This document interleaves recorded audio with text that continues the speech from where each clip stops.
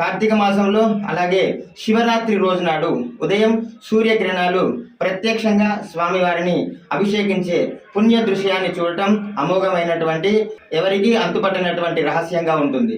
ఇప్పటి వరకు ఆ రహస్యాన్ని ఛేదించడానికి చాలా మంది ఎన్నో రకాలుగా ప్రయత్నం చేశారు, కానీ రహస్యం లాగానే ఉండిపోయింది. సూర్యకిరణాలు స్వామివారిని ప్రసరించే ఆ విషయాన్ని చూడటానికి భక్తులు తండోపతండాలుగా ఆలయానికి విచ్చేస్తూ ఉంటారు. మహాశివరాత్రి నాడు ఉదయం నుండి కళ్యాణం, రాత్రి లీలా కళ్యాణం అయిపోయేంత వరకు కూడా 50 నుంచి 60 వేల మంది భక్తులు స్వామివారిని దర్శించుకుంటూ ఉంటారు.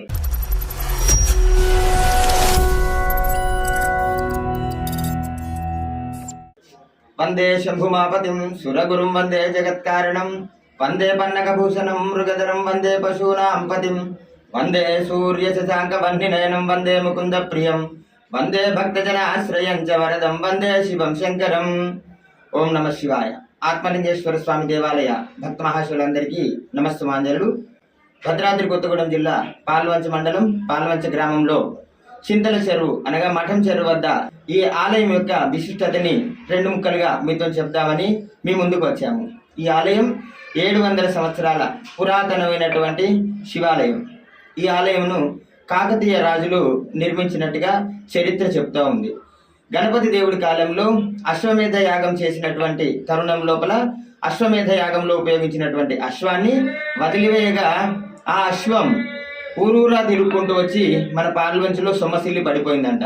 ఆ పడిపోయినటువంటి అశ్వాన్ని పాల్వంచలో ఉన్నటువంటి సామంత రాజులు చేరదీసి ప్రాణం పోసి సాదుకొనడగా ఇక్కడ ఉన్నటువంటి వేగుల ద్వారా కాకతీయ రాజులు తెలుసుకొని అంతటి అశ్వాన్ని బంధించారని అపోహ పొంది పాల్వంచ వాస్తవ్యులైనటువంటి పాల్వంచ పురాణిధీశులకి యుద్ధం ప్రకటించడానికి వచ్చినటువంటి తరుణంలో ఇక్కడ జరిగినటువంటి న్యాయ అన్యాయాలను విచారించి కాకతీయ రాజులు ఆ అశ్వాన్ని ఇక్కడ సేద తీర్చి బాగుపరిచి పక్కన ఉంచినందుకు గాను వారిని ఈ రాజ్యానికి స్వతంత్ర రాజులుగా ప్రకటించారంట.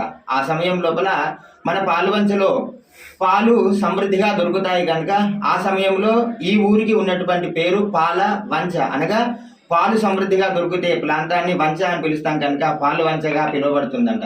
అది కాలక్రమేణా పాలు వంచగా రూపాంతరం చెందింది. అప్పట్లో కాకతీయ రాజులకి ఉన్నటువంటి అతి ముఖ్యమైన భక్తి శివారాధన. ఎక్కడికి పోయినా కూడా ఉదయం సాయంత్రాలు చక్కగా శివుని ఆరాధించుకుంటూ భక్తి ప్రపత్తులతో ఉండేవారంట. ఆ సమయంలో అశ్వమేధ యాగం దొరికినటువంటి గుర్రాన్ని తీసుకుపోవడానికి వచ్చినట్టు రాజులకి ఇక్కడ ఎటువంటి శివాలయాలు లోపడకపోవడంతో ఇక్కడ చెరువు కట్ట పక్కన ఉన్నటువంటి ఈ ఆలయంని నిర్మించి ఇక్కడ పూజలు చేసి సామంత రాజులైనటువంటి పాల్వంచ వారికి ఈ గుడిని అంకితం చేశారంట. అప్పటి నుండి ఇప్పటి వరకు కూడా స్వామివారిని కాకతీయ రాజులు ఆత్మలింగేశ్వరుడుగా అలాగే అమ్మవారిని భువనేశ్వరి దేవిగా కొలుచుకుంటూ ఉంటారు. అలాగే అన్నిటికీ విజయాన్ని అందించేటటువంటి గణపతిని విజయ గణపతి పేరుతో పిలుస్తూ ఉంటారు. కనుక ఈ ఆలయంలో జరుగుతున్నటువంటి ప్రతి విషయాన్ని కూడా కాకతీయ రాజులు నిర్మించినప్పుడు చేసినటువంటి క్రతువుతోనే నిర్వహిస్తూ ఇప్పటి వరకు వచ్చారు. ఈ ఆలయంలో విశిష్టత ఏంటి అంటే కార్తీక మాసంలో అలాగే శివరాత్రి రోజు నాడు ఉదయం సూర్యకిరణాలు ప్రత్యక్షంగా స్వామివారిని అభిషేకించే పుణ్య దృశ్యాన్ని చూడటం అమోఘమైనటువంటి ఎవరికి అంతుపట్టనటువంటి రహస్యంగా ఉంటుంది.